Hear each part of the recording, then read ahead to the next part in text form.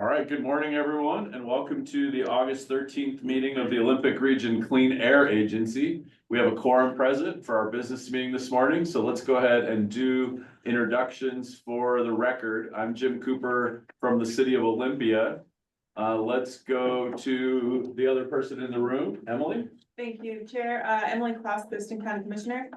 Okay, let's next go to Mike. Good morning, Mike French, Clallam County Commissioner. Let's do Nick. Nick Dunning, Lacey City Council. Georgia. Georgia Miller with Grays Harbor County Commissioner. Randy. Randy might be busy. And Dave.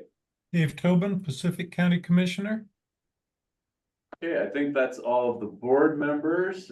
Jeff, will you introduce the staff? Sure. Good morning, everyone. Jeff Johnston, Executive Director of ORCAA. I'm joined in the room by Mike Schultz, ORCAA's Compliance Manager, Odell Hadley, Senior Air Monitoring Specialist, Tyson Justice, Financial Services Manager, Chris Kraus, IT System Administrator, Tiffany Flores, Record Specialist and ORCAA Public Records Officer, taking minutes this morning, and Debbie Moody, Operations Manager. And upstairs running Zoom is Dan Nelson, ORCAA's Communications Manager.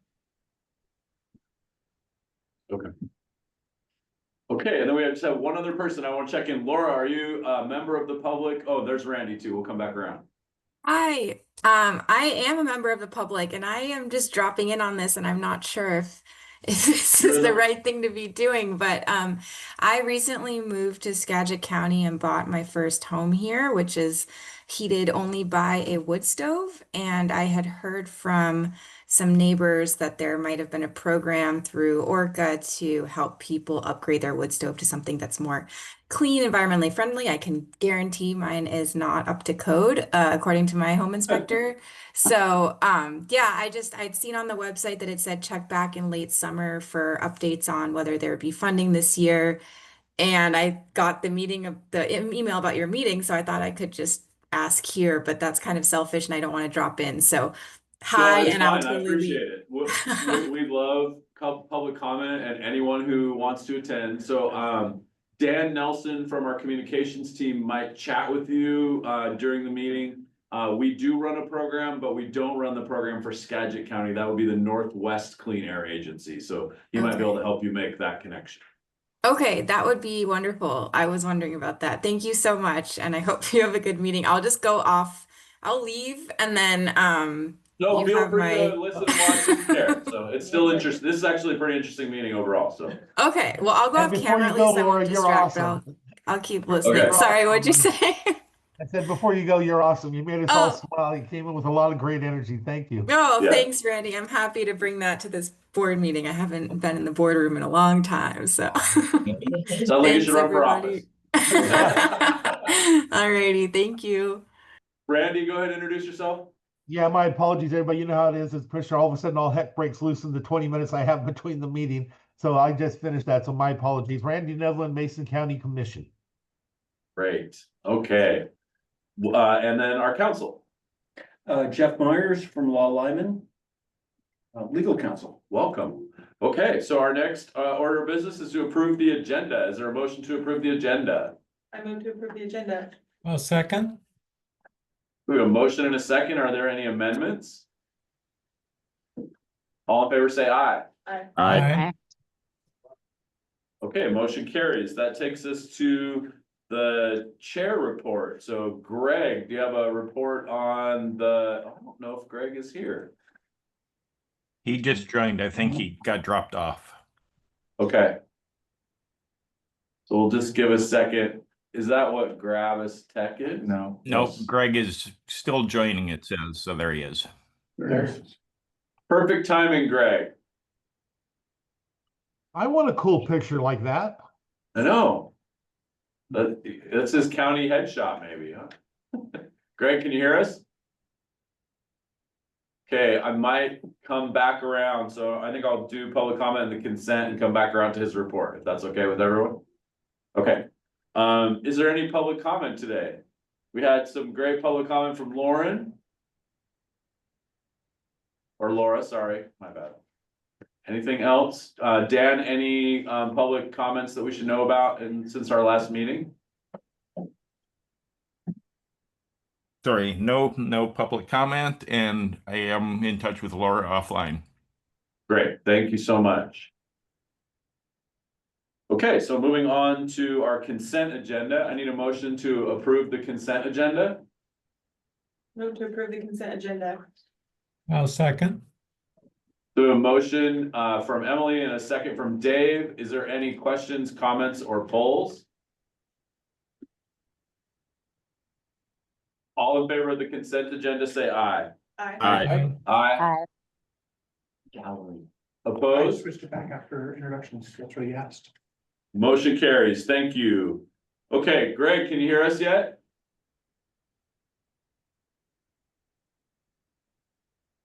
I don't see any movement on his audio.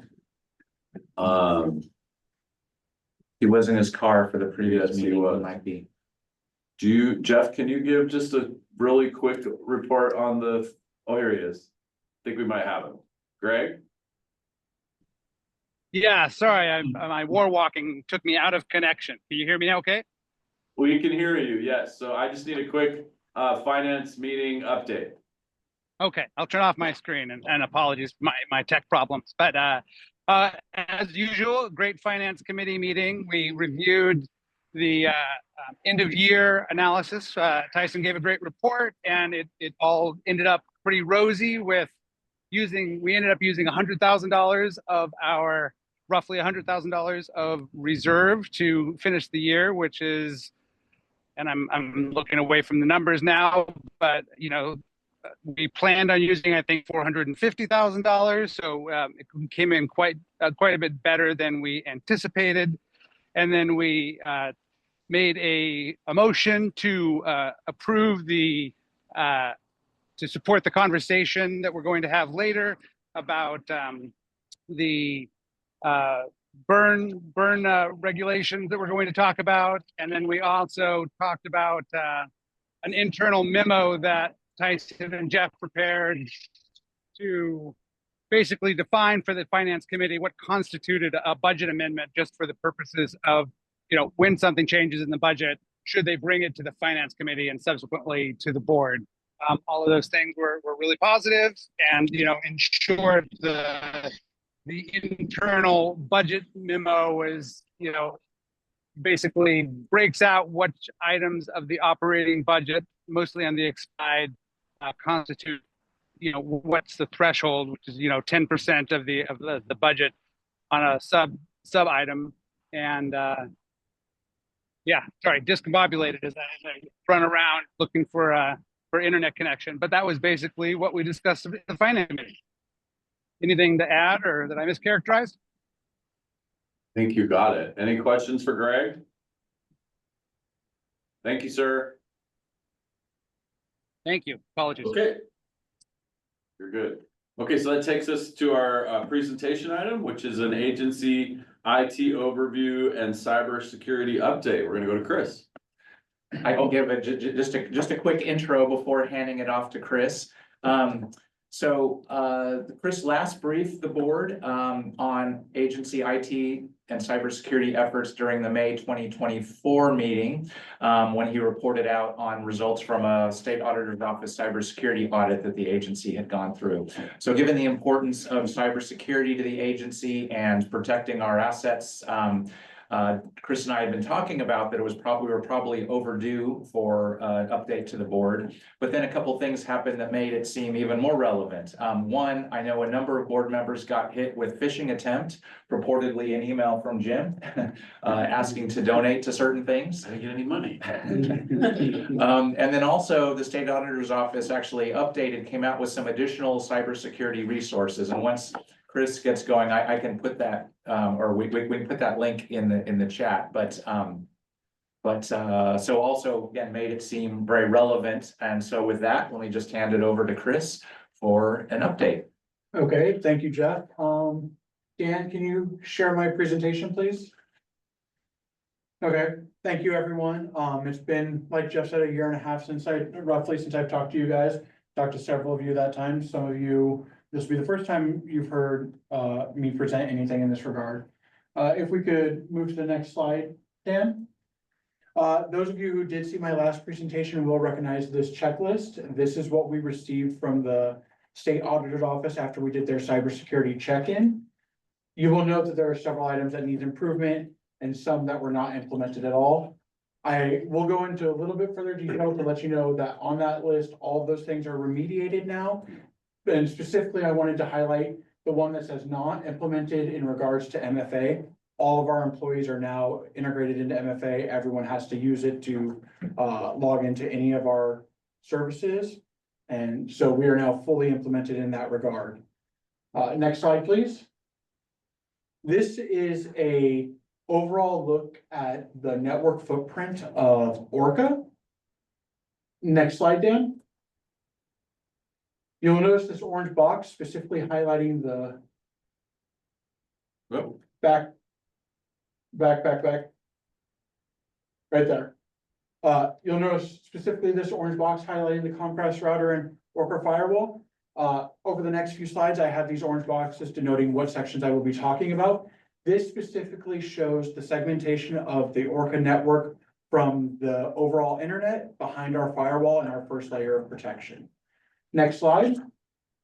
Our next layer of protection is we have a guest Wi-Fi setup. So anyone who is not connected to the agency that comes in will be connected to our guest Wi-Fi, and that on that network, they cannot access any of our servers or anything that is protected information. Next slide.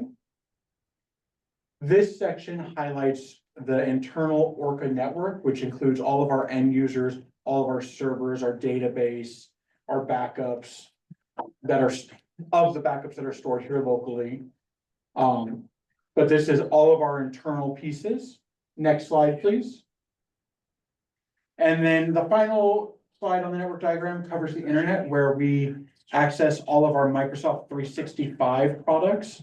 Specifically, I wanted to highlight Outlook 365 as their spam filter and malware protector are a large part in helping us protect and heighten our security here at the agency. Specifically, the phishing attack that Jeff mentioned that we're aware of several board members receiving. 9 members of agency staff received that email at the same time from the same exact address and everything. That particular email address that was used in the attack is one that had been targeted at us before. So I had, whenever those come in, I make the effort to go in and add them to our block list so that they can't slip in using the same account. You know, it's whack-a-mole, but it's what we have to do. So our quarantine caught all 9 of those. Unfortunately, we do know that at least 2 board members did receive them through their quarantine, but those are the type of steps that we take to prevent that from happening. Next slide, please. We don't have domain emails. We're in a different system. Yeah. Okay. Our domain is, I can talk to you offline a little bit about that. I'm just thinking out loud. I'm sorry. Yeah, no, you're good. I wanted to branch into some of the services that we use to heighten our security and train staff and, you know, make sure that we're on top of everything as much as we can be. One of the biggest tools that my predecessors set in place was getting the agency established with KnowBe4. KnowBe4 is a great company that uses a wonderful training library as well as has a wonderful simulated phishing campaign tool. So once a year, I set up a training campaign for all of our staff to go through as a refresher and cybersecurity refreshment, social engineering refreshment, phishing specifically refreshment. That way, everyone is as up to date and on all the attack tactics that they can be. In conjunction with those training routines, we also do a simulated phishing campaign where once a week, once every couple weeks, phishing emails get simulated and sent out to staff for them to report. And I get a report back in the KnowBe4 dashboard. Thankfully, in the last 6 months, we have had no one click through the simulated phishing emails. My bars are all green, you know. So it's a wonderful resource, and some of the emails I send are absolutely hilarious. You know, it's a really great program. Next slide, please, Dan. Moving on from before, I wanted to highlight both Access and GovAI Coalition. Starting with Access, that is the Association of County and City Information Systems. It is an overall group of people within Washington State at every different level of local government. It allows us to communicate, network, price share, attack share, any of that. It allows us to just share information and have access to not all of the agencies throughout the state, but a good portion of the agencies throughout the state are represented. So we have that layer of other people who are doing exactly what we're doing. GovAI Coalition is actually, you know, like it says in the name, AI Coalition. It started out of San Jose, California. They originally started primarily focused on how agencies were going to attack generative AI policy, use policy. They have since transitioned into use policy, purchasing policy, cybersecurity, both internal using AI for cybersecurity, but also what to watch out for threats for cybersecurity. So I keep an eye on their meeting minutes and, you know, attend one of their meetings every few months just to make sure I'm in the loop of everything that they're doing. But they've also been another great resource in providing tools and outlets for us to make sure that we're staying ahead of the game in an ever-changing world, specifically in regards to AI. Next slide, please. So that is the large, quick and easy of what I do to make sure that the agency is staying safe. We could get into the, you know, much more granular where I talk about, oh, I installed this on the firewall, I do this on the switches, which I'm sure you would all fall asleep and we would be in this meeting 6 hours later when I finally stopped talking. But this is a brief overview, and if any of you had any questions, you know, now would be the time to ask, or free to email me or call me. Thank you, Chris. Questions for Chris?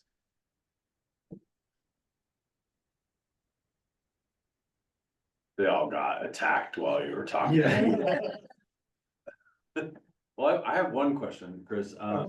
Just around AI, are we subscribing to Copilot or another secure option for our staff to use to improve their ability to get their work done? So currently we don't have any active subscriptions running in AI. Dan, Jeff, and myself are still, we're trying to evaluate from a policy standpoint how we want to implement that so that we make sure that not only our employees are protected, but any information that we handle is also protected in regards to AI. So very soon, we're looking at having something out in the open in place, but right now it's very close to the chest with the three of us working on it. And I'll allow Jeff to expand more. And I don't need a lot more. I think the main reason I bring it up is because our former engineer talked about how cool it would be to use AI to write permits and stuff with all of the information inside the agency. And I think we're at that point. Like, it is amazing what people are doing to make their lives more efficient. So I know you can house internal LLMs, right? well, Copilot's Potentially, yes. Okay. And yeah, those type of advancements are amazing, and that's one of the reasons that we want to get a policy out. But we also want to make sure that we're doing our due diligence and making sure that not only my personal data and all of our employees and everyone who's affiliated with, but all of our sources, all of the public who've submitted information to us. We don't want any of our information just submitted broad form to be scraped by the AI. So we're just doing our due diligence to make sure that that's secure before we let anything fly. Yeah, at work, we found that Copilot was the only one that did everything you just said, so. Did you have add on? Well, it's just that there's a local air, actually in Oregon, Lane Regional Clean Air Agency or Regional Clean Air Authority. I can't remember their exact acronym, but in Lane County, Oregon, their executive director is really a trendsetter in this realm, and they've chosen Claude, which is an Anthropic product. And so we're looking at what Travis and Lane County have done. But yeah, so any experience that any of you have, such as, so the city of Olympia chose. No, that's my work, my day Okay. job, we did that. So Okay. different, a little bit different from Sure. government too, because you have the Sure. whole records overlay, which Right. Yeah. adds something else. Okay, folks. Greg has his hand up. Thank you. Keep us out of the tangent. Yeah, no, no, I'm gonna just go deeper in. I'm sorry. I'm really fascinated by AI as well, and I just wanted to talk about one other product that we at Jefferson County had an interview, or we're getting a pitch from Darwin AI, and that's a company that works natively with Azure, which I know a new database we'll get into.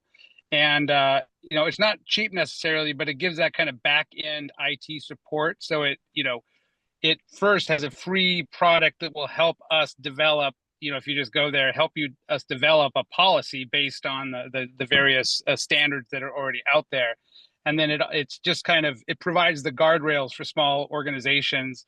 I think the price for us with 500 endpoints, which I'm sure is a factor of 10 more, hopefully, than we have at ORCAA, but like $25,000 a year. So if we're talking $2,000, $2,500 a year to provide IT, basically we could say these, like maybe Copilot is an approved AI, and then it would alert, it would be a dashboard on the back end that shows when people are using it and how they're using it, and really, as we're developing these processes, allow us to make sure that we're not getting in trouble at the same time. So it was a pretty appealing pitch. And then I've looked at Mistral and Llama, which are Darwin AI, yes. And then the local ones, like Tyson talked about, Mistral is a real cheap one that's pretty cheap. You can run a local database on Mistral which is super fast, and that you don't have any anything getting out. And of course, even the pro version of ChatGPT doesn't train on your data, which is of course another exposure risk with AI. But I can go on, but I'll let us get off the tangent. Sounds like Clallam is a cutting edge county. That's cool. Or Jefferson, I'm sorry. Jefferson is a cutting edge. Yeah, county. not Clallam, but Jefferson, yeah. No, that's a working county. Awesome. Thank you for that add-on, Greg. Anything else? Okay, so Chris makes us feel confident as long as we stay diligent, right? So everybody has to make sure that they don't click on those weird emails, because I'll call you and ask you for money. I won't send you an email. And if you do click on those weird emails, please shut your computer down and contact your appropriate IT team immediately. Like hard shutdown. Like shut down and disconnect. Yeah. Like Right. get the computer offline. Yeah, there you go. Okay, you heard it here. Shut it down. Okay, so that takes us to our next new business items, which is the first one is potential changes to the residential burn permit program. We're going to start with Jeff. Yep, so I'll provide a little bit of context before, I think, handing it off to Dan. So hopefully folks had a chance to, to look at the briefing memo that was attached to the agenda. But during the April Finance Committee meeting, we had a good discussion about ORCAA's work in managing outdoor burning in our 6 counties.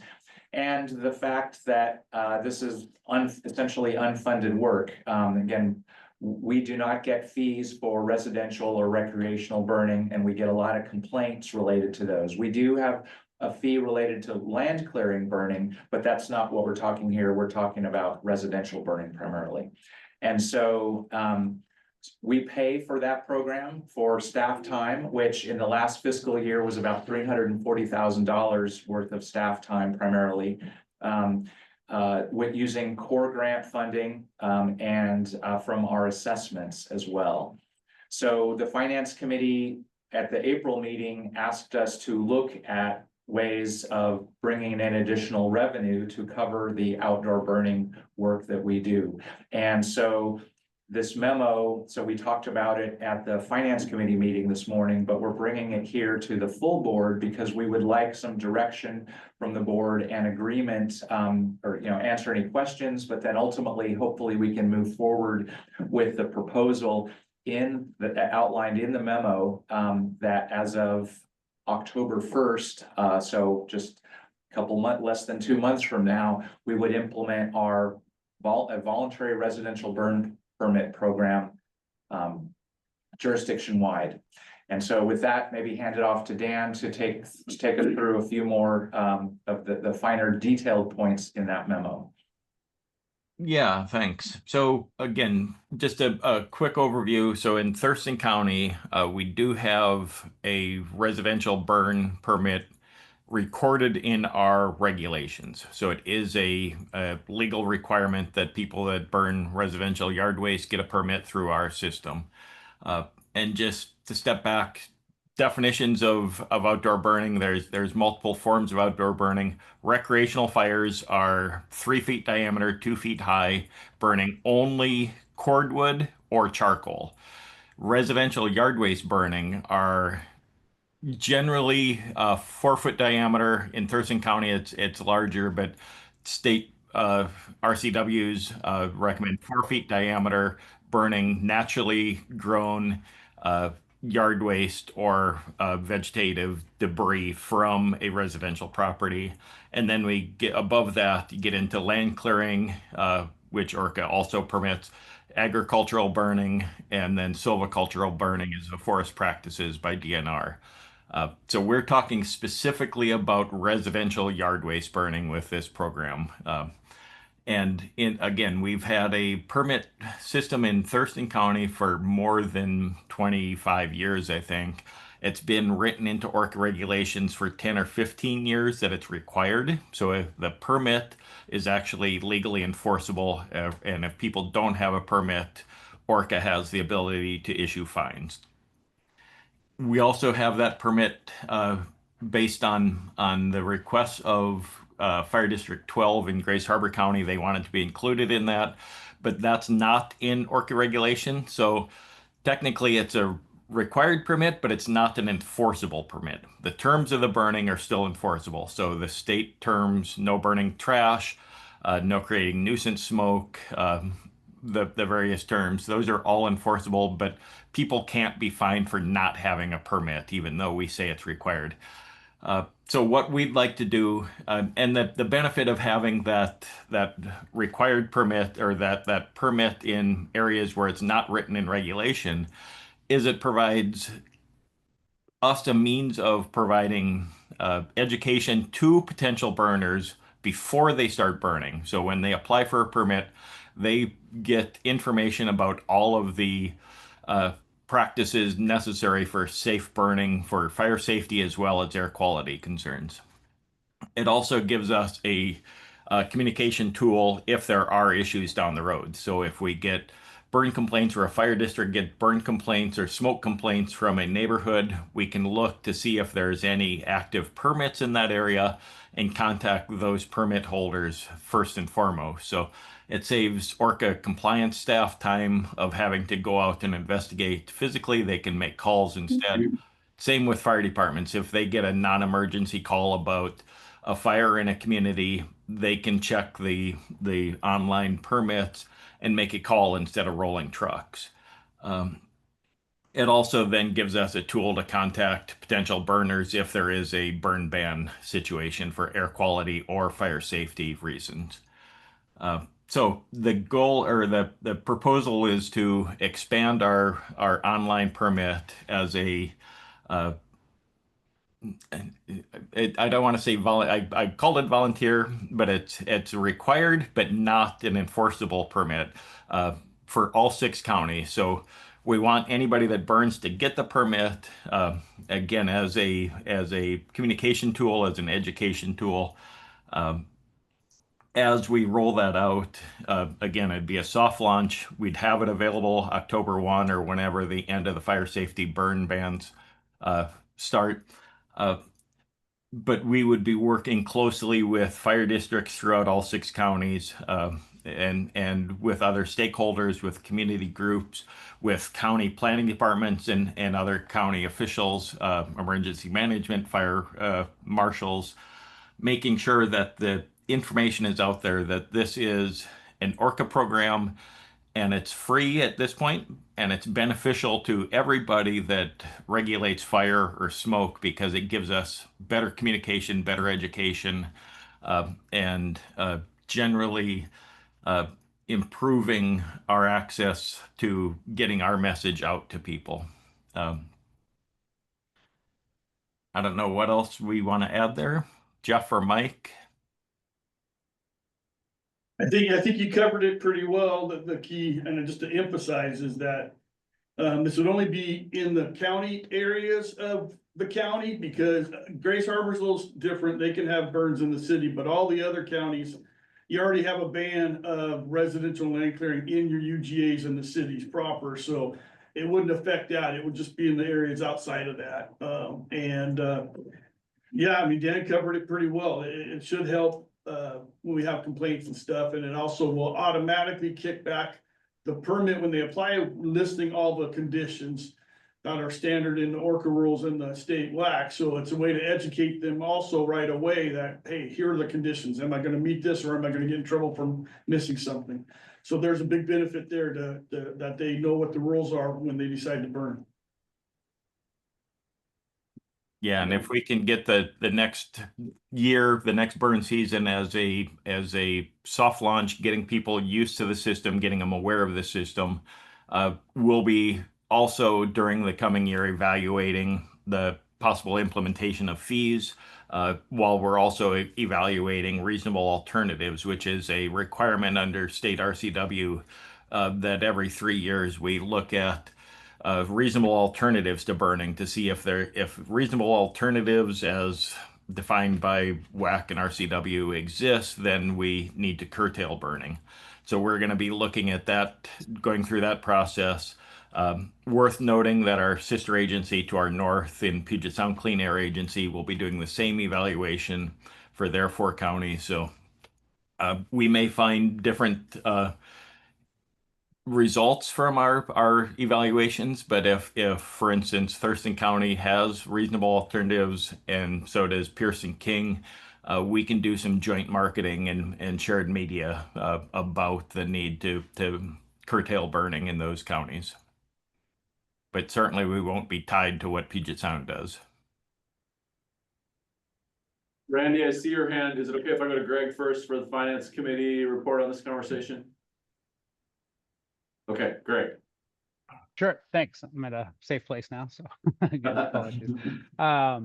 Well, we had a robust conversation about this, and Jim should take a lot of credit. He's been talking about this for a long time. And one of the things that we talked about and voted for in bringing this forward was that while the financial gap in the expenses is really important, we are of one mind that we should also consider looking at starting with a mild fee for this, even if the program is voluntary. We really think that it's a lot harder or my opinion in that conversation was that it was a lot harder to add a fee once you've created something for free. And recycling is the example that I use, that, once you say recycling is free, no one ever wants to pay for recycling anymore, even though there are real costs to processing that material. So we're fully supportive of this and moved that we consider it. I also use the example of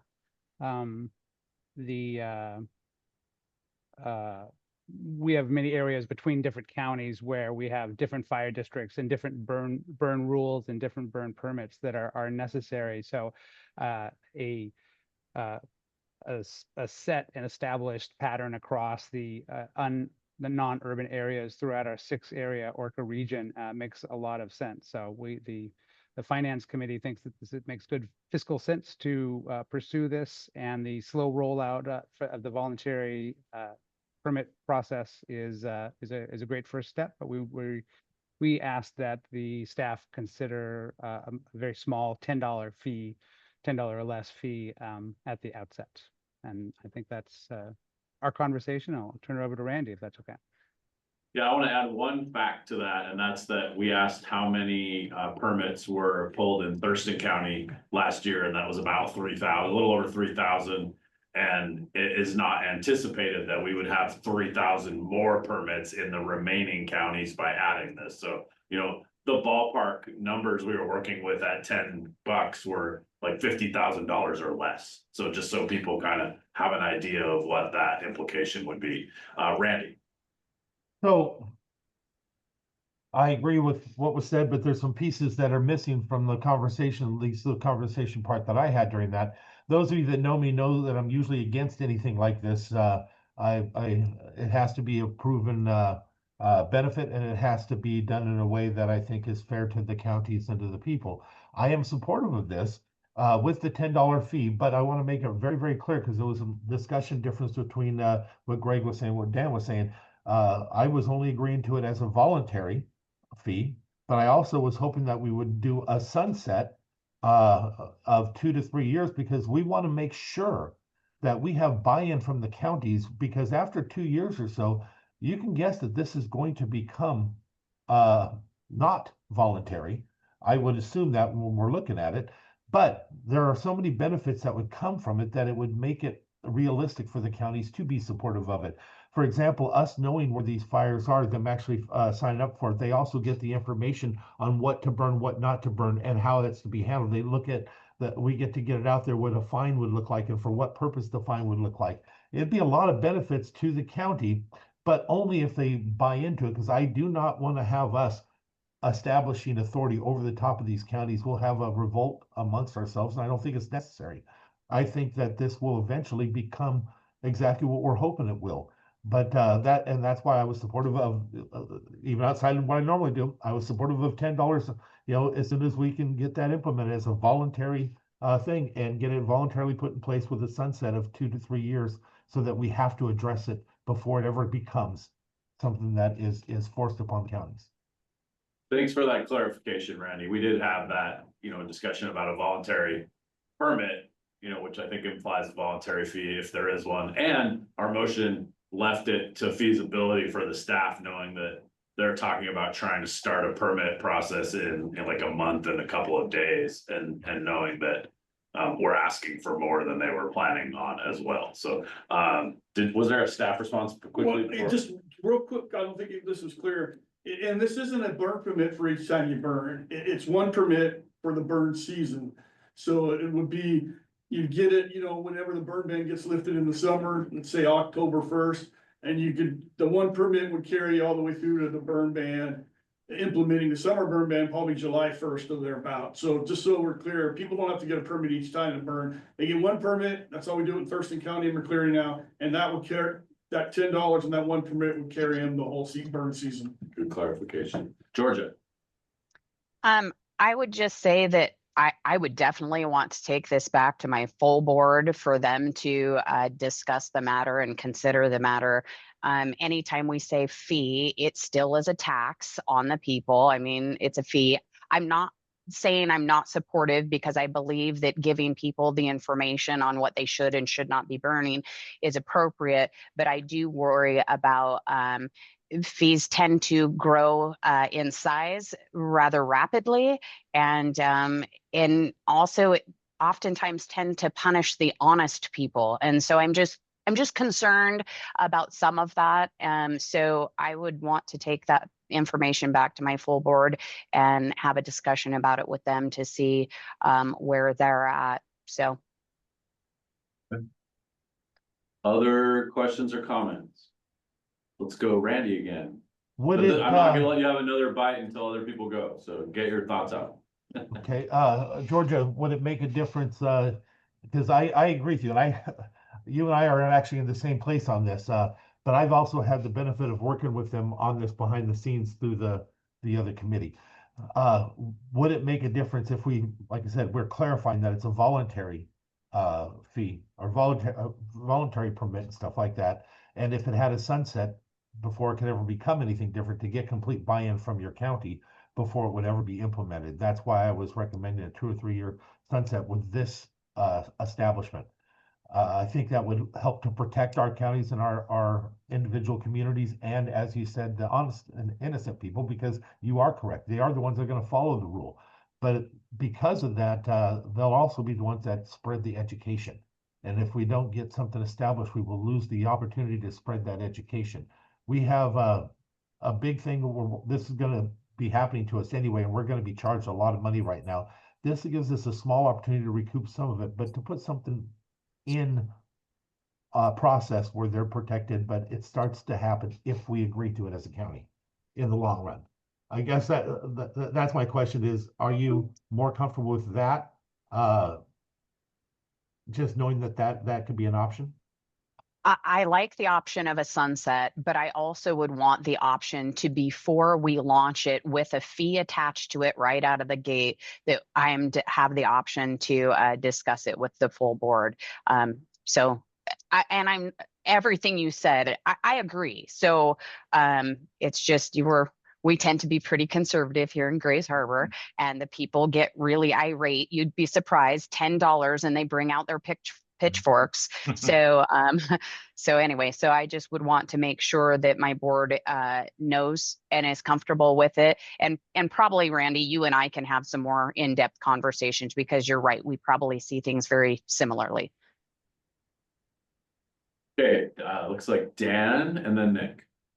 So I just wanted to, for Randy, regarding the sunset, I don't know if this qualifies, but essentially if this, or when this becomes an enforceable permit, it would require a rule change in ORCA's regulations, which would require a public process through the board of directors. So you would have full authority and control at that point to have feedback on that. So as long as we were evaluating it during any time period, the board would have control to roll it back if it wasn't working or there was some issue. Yeah, so again, Okay. it's not the permit terms, the fire burning terms are enforceable. The permit, people not having a permit, they couldn't be fined for not having a permit until it is written into rule. And it can't be written into rule without a public process through the board of directors. And to be clear, they can still be fined for all the other violations currently today. Exactly, Without a permit. Okay, thank you, Nick. Yeah, and that answered a little bit of my questions. Keep in mind, I'm new to this whole thing, and so I was just, if the monies received are kind of minimal, and the overall goal is compliance and getting people to do the right thing, it at least seems from the outside that the idea should be more of permit required without a fee, with some sort of penalty on the end if they don't do it, because we're trying to get the compliance for doing the right thing and incentivize that versus getting people to go kind of behind the scenes, even though it is for $10. So I'm just trying to brainstorm through that through my head, and if someone has an idea on that, if that makes sense. Yeah, thank you, Nick. Randy, I just want to see if anybody else has thoughts, and I'll come back to you. Dave or Mike or Emily, anything you want to add? Greg, go ahead. Yeah, I'll just say, in light of this conversation, I don't think enacting the fee initially was not staff's recommendation, right? They definitely recommended a free communication-based process, which seems like it's more palatable to the board as a whole. So I guess I wouldn't stand in the way of that from implementing this. It's a really aggressive timeline to get this even rolled out kind of in this exploratory way in October. So I wouldn't want the $10, $50,000 worth of revenue to stand in the way of implementation. And that's what Jeff and I just talked about, purely from George's request to have time to go back and talk to her agency. Like that might be a good compromise. So let's go to I'm gonna go to Mike. Yeah, I guess I'm supportive. I'm fairly ambivalent on the fee, whether it should be free or $10. From my perspective, I think the fire districts are going to do a ton of the work for us on this. If we create this, and I'm guessing that's probably how it works in Thurston County, they're the ones that don't want residential burns to get out of hand. I think we had one I just read in Clallam County not that long ago where Fire District 3 responded to, I think it was a residential burn. We have man-made fires that are happening out in our national forests and parks. I think the fire district's going to do a ton of the work of, hey, go and educate yourself, get this free permit, get the education. And so I think it's a great idea. Like I said, I'm pretty ambivalent on whether it should be free or a $10 permit. I probably lean toward free, but I understand the desire to try to recoup at least something to compensate for all the staff time that will go into this. Okay, thank you. Dave or Emily, anything you want to add before I go back to Randy? I'll just add, I like the idea of, the voluntary payment when you're applying for the permit. I agree with, Nick's kind of feelings on if this is to get people to do the right thing. Maybe having it start out as like a free permit, but then on the back end, if something goes wrong, having a compliance fee. But I also understand like the budget deficits that everyone's facing and the need to bring in revenue however we possibly can. So I think starting out with like, the customer service based approach, the communication based approach, and allowing for some sort of voluntary option to pay with a little note about, you know, this is protecting clean air in your environment, kind of like we talked about this morning. I think that that would be a really good add-on. Okay, thank you. I would just say that I understand George's concern about, you know, kind of another tax, so to speak, on the people. I also understand the concern that it's more difficult down the road to add a fee than to start out with a fee. I am, again, like others have said, I can go either way on the fee. You know, I have no problem with no fee. And I also think $10 is reasonable. So on that part of it, I'm fine. I do like the educational piece though. Thank you, Dave. Randy and then Jeff. So again, just a little on the fee concept. I want to make it clear that I'm never in favor, but remembering that this is a voluntary fee gets us started. And being in the finance committee, we had discussions of the cost of this and an unfunded mandate. What's going to end up happening is we'll either collect a little bit now and we'll take the little freebies that we can get, and we're going to have to start talking assessments and stuff for the other counties because eventually this cost has to go somewhere. So any little bit that we can do voluntarily from people, just like those people that want to spend money for this other park fee, will help us in the long run keep the costs from going up. That's one of the only reasons why I'm supportive of it, especially from the beginning.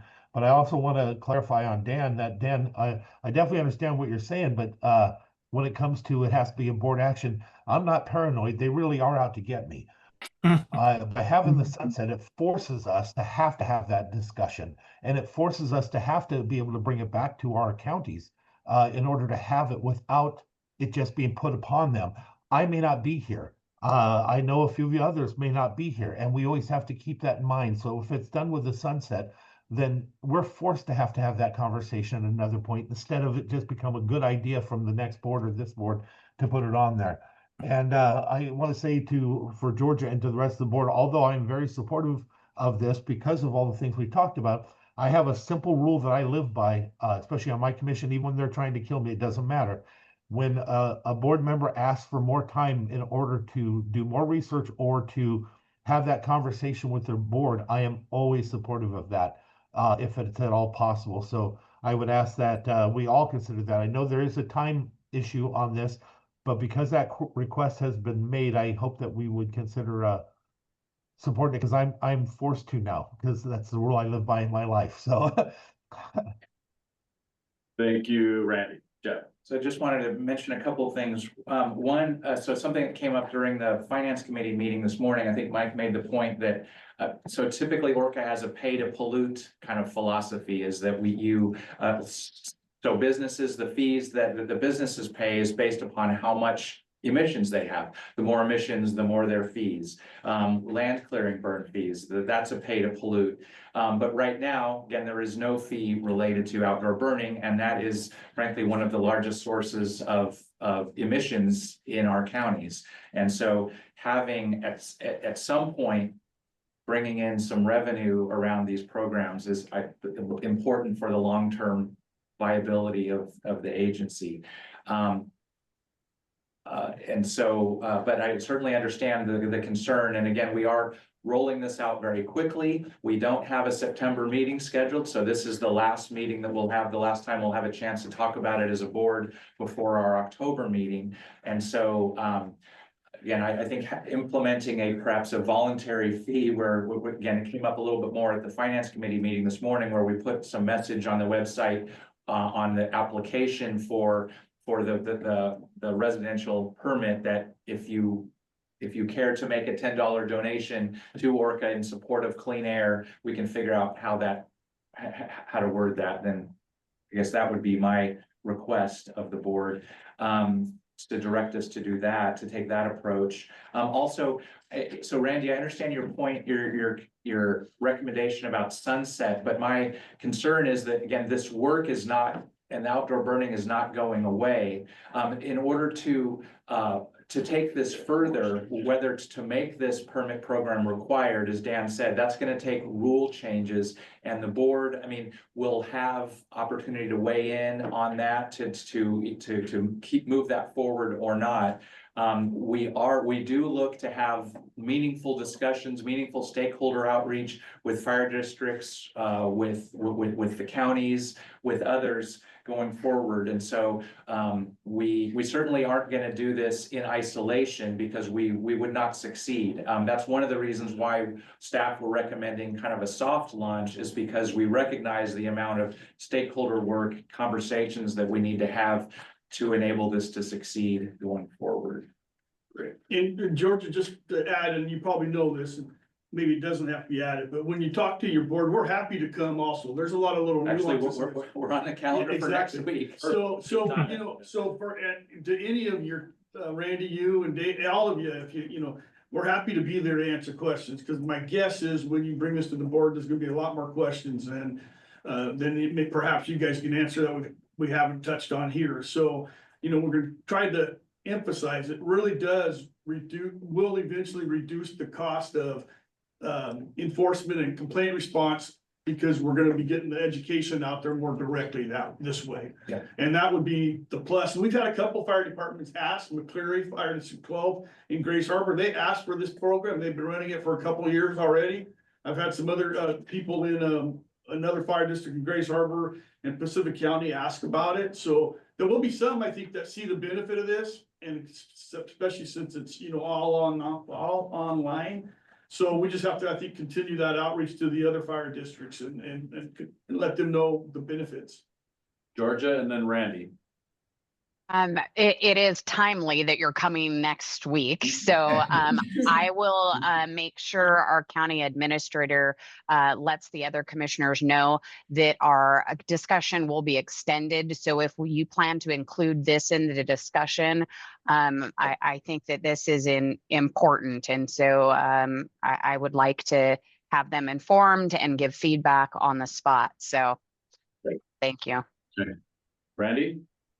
Yes, Jeff, I understand what you're saying again, but because we are rushing this, it is being rushed. We're doing this quickly because we want to make sure that we try to get it in place before our fearless leader leaves and stuff like that. The sunset, again, you know, nothing personal, but maybe I am paranoid, but I do know they're out to get me. And when you're being herded, it's usually to slaughter, it's not to pasture. So with that being said, having the time that's necessary and being forced to have to look at it as a joint group is not hurtful. It would guarantee and help us to make sure that we do it and that it comes before us, and that you may not be here, I may not be here, and the other group doesn't decide to do it differently. So I understand what you're saying, but at the same time, I don't know why we wouldn't, since we are rushing this and putting it through in such a quick manner.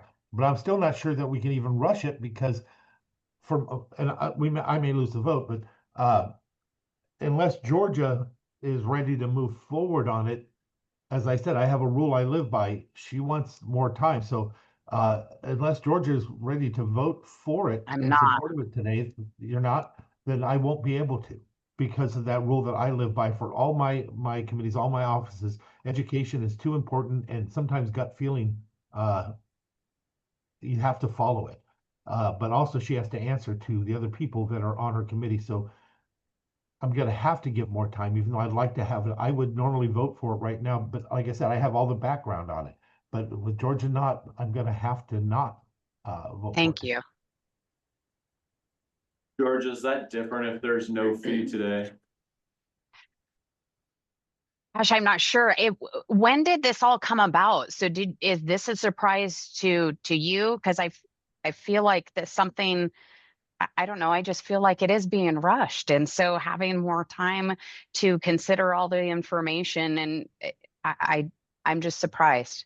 That's all. It feels like a weighty decision, honestly, to make, because usually when you start a program like this, the program tends to get bigger. It doesn't shrink. So the cost of it, the implementation of it, the requirements and all of those things tend to get bigger. And I just have a lot more questions.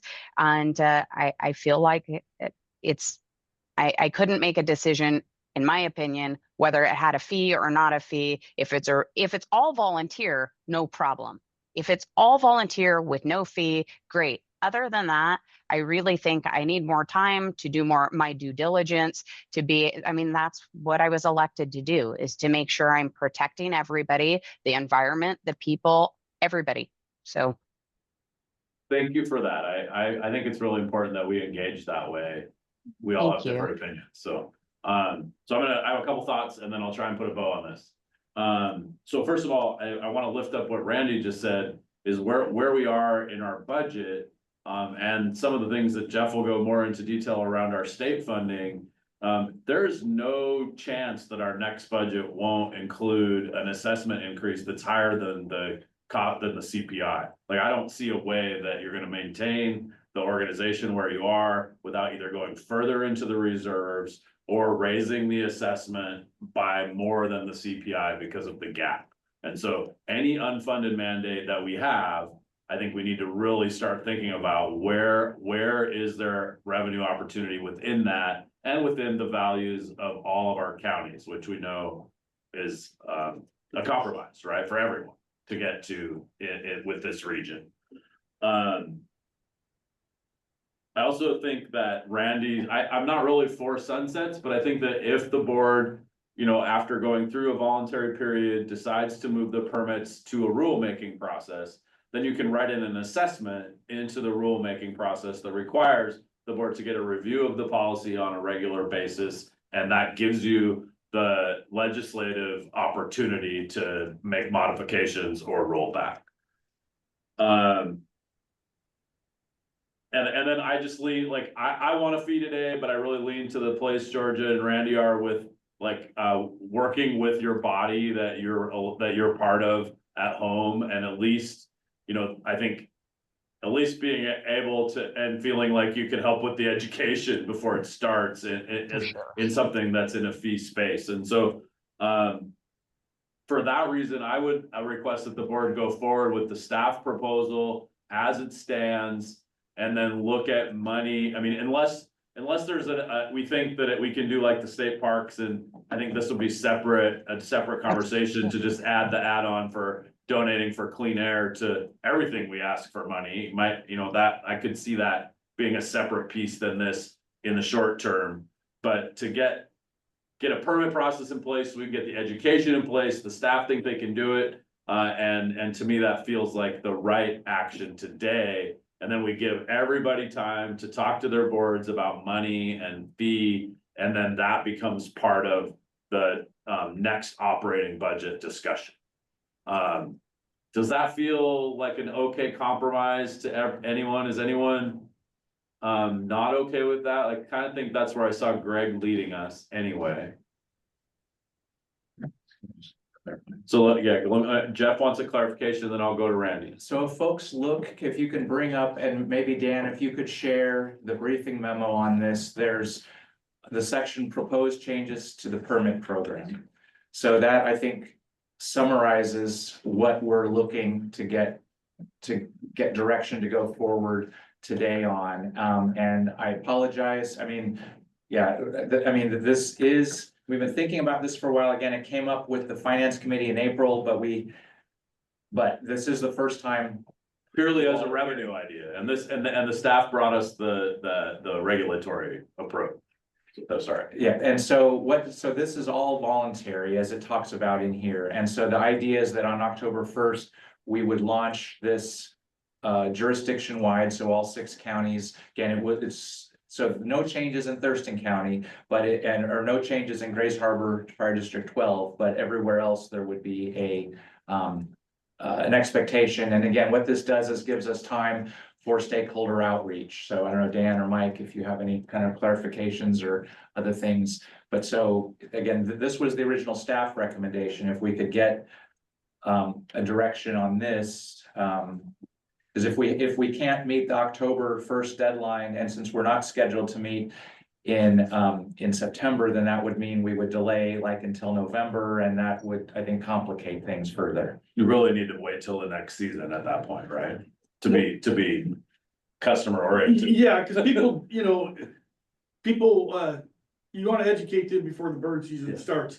And even though this is, region-wide voluntary, it doesn't mean we're gonna go out and say, okay, every fire district in our 6 counties start getting these permits. It's like Dan had mentioned, it's gonna be software and all. We've got some fire districts that have already approached us, talked to us about it.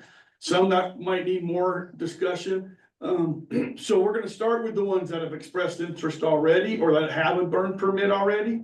And Dave told Ocean Park Fire District, they have a burn permit. We're gonna try to say, hey, this one might meet your needs and our needs, so can we do it? And so it'll, it might take us until next burn season to get everybody on board. So I just wanna make that clear that it's not gonna be, okay, everybody do this right now. We're gonna try to incorporate the fire districts and the counties and the fire marshals as we can bring them in, say, okay, join the fund, join the club. It's not all at once. Thank you. Feels like a good approach. Randy has your hand up, and then we'll see if anybody else has any pushback. And that's my question to Georgia is, when you're reading this right here, what we are doing, no matter how you look at it, is we're implementing a permit program. That's what we're doing, and I think that's one of the things that Georgia may have a problem with, but that's why this is a question to her. And I can understand where she's coming from. And also, though, the way this is worded, there's an expectation of a change in 26, 27. And like I said, I think this may take some time to get put into place and have those conversations. So my question to Georgia would be, though, are you comfortable with this? Or what about the idea of some of the things we were talking about, that it would be 100% voluntary, 100% voluntary for any contribution of $10. And that's what this is, Randy. Yeah. Yes, it is, but it's also set up to actually, it doesn't cover the contribution, but it's also set up to start the process of a charge and forcing them possibly 26, 27. I don't know. I just want to make sure that she gets the time that she needs on this. So, and I read it over, but I guess my question is if you started meeting about this in April, did I miss the boat? Or, because I'm really not, maybe I missed the boat and wasn't paying close enough attention, but is this the first time this is coming to the, okay. It's been an ongoing conversation at finance, and Greg has reported on it, but there's been no board vote or board discussion until now. My experience has been when things are rushed and moved forward, it just doesn't end up going over well. I really am concerned with, I can't support it. I'm sorry, I can't. I think it's rushed. If you guys knew about it in April, this is the first we're hearing about it. I can't do that. That's what I was elected to do, is to protect the people. There's not enough time. It doesn't matter whether it's free or voluntary. It matters that I haven't had enough time prior to voting on it to talk to my board about it, to talk to the fire districts about it. And I just can't do that. So I can't vote yes on this. But majority of the board sounds like that they would vote yes on it. And I, support them for feeling comfortable with it. I haven't had the time to really go through this. So sorry, but. Thank you. No, thank you. And I think this is an example of a board going above and beyond to get people's voice heard. So I appreciate that. Mr. Chair, I have a motion, an idea for a motion, but I need to ask a question of you first. Just a second, Randy. I'm gonna go to Nick. Yeah, my hesitancy is obviously being in Lacey, this isn't really gonna affect us. And so I'm really hesitant to vote for something that's gonna affect, you know, the counties without them being fully on board with it, is kind of pushing, you know, Thank us. you. And so that's, I am very nervous about doing that, because I wouldn't want someone to do that to our city either. So.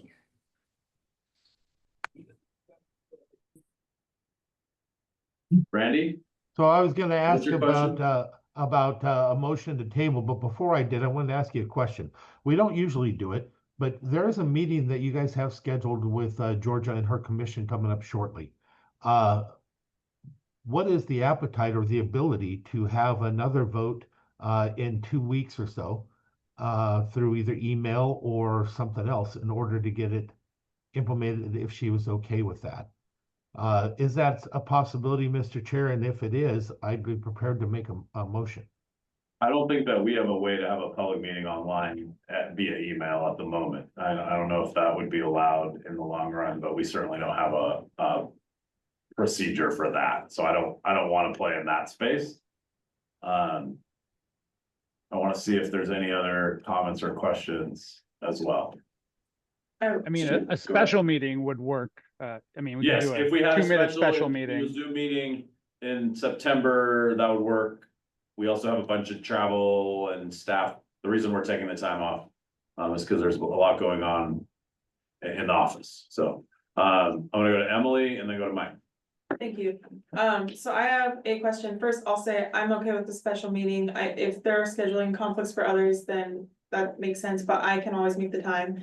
My question is, I just want to clarify, because we were kind of talking, we're going back and forth a little bit. We were kind of talking about the proposed changes in the memo.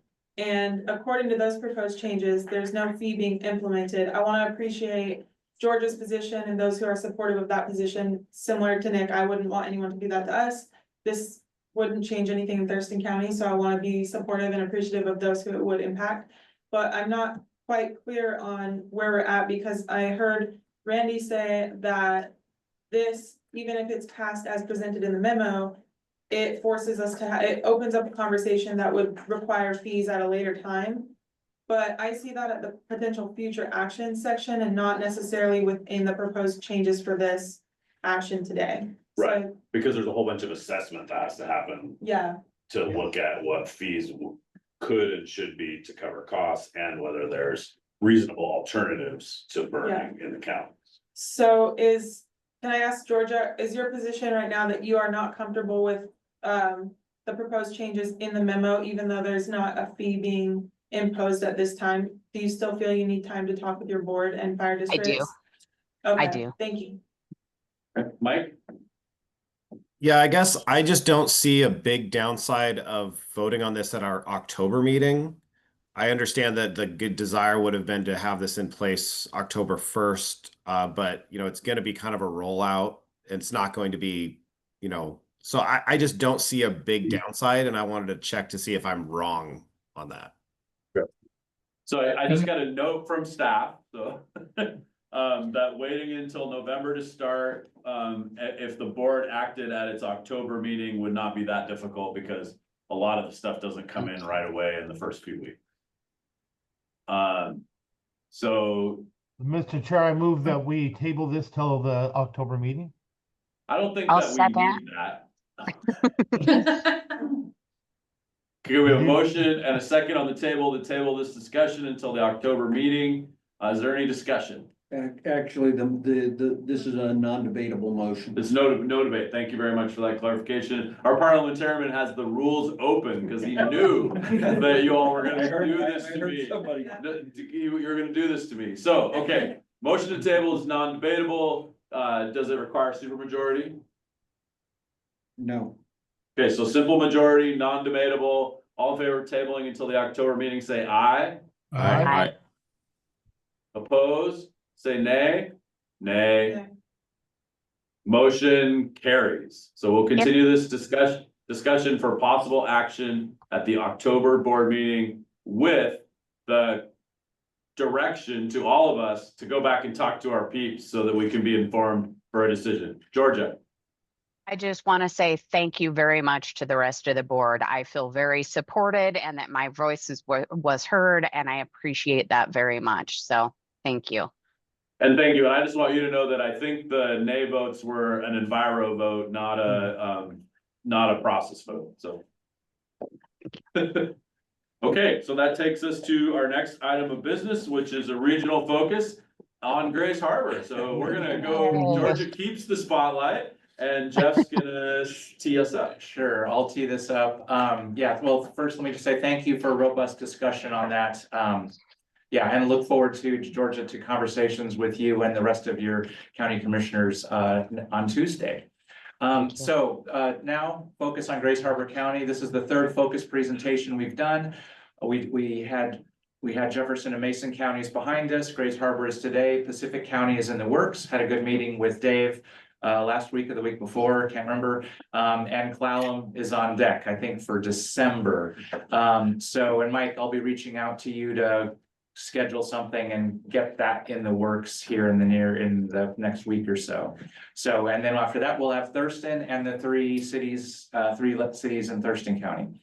So Dan, why don't you go ahead and pull up the Grays Harbor County presentation, and I think I'll hand it off to you, maybe to give a little bit of an intro to the county, and then Georgia, if there's anything that you would like to say to introduce your county to the rest of us. So why don't you go ahead and go to the next slide, Dan, and actually maybe a couple slides. All right. So again, it's one of 6 counties. We've had that discussion. Grays Harbor is a land of forests, rivers, and seas. Most of the population lives along water bodies, either the coast, around the harbor, or along the rivers.